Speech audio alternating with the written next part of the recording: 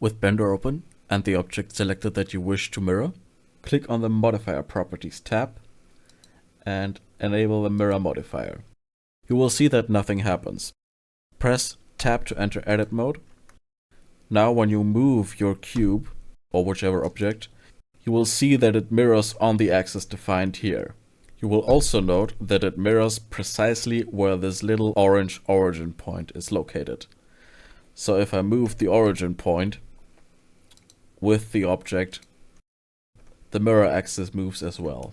I can also go in here and move only the origin and move the mirror with it. So if you need the mirror centered again, press F3 and type in geometry to origin.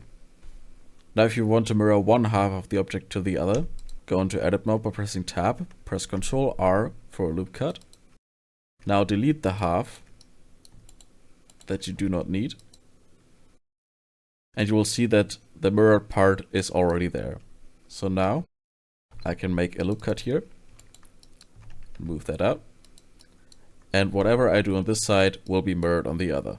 Furthermore, if you want to extrude out here and then move to the center,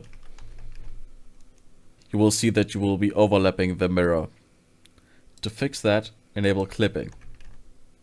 Now they will meet just in the center.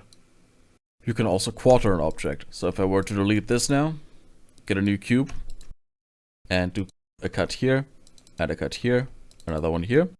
So now I have it quartered precisely. I go into the mirror modifier, and I delete all except for these. And I enable all three axes. Now I only have 1/4 of the original mesh, and I can manipulate that however I want.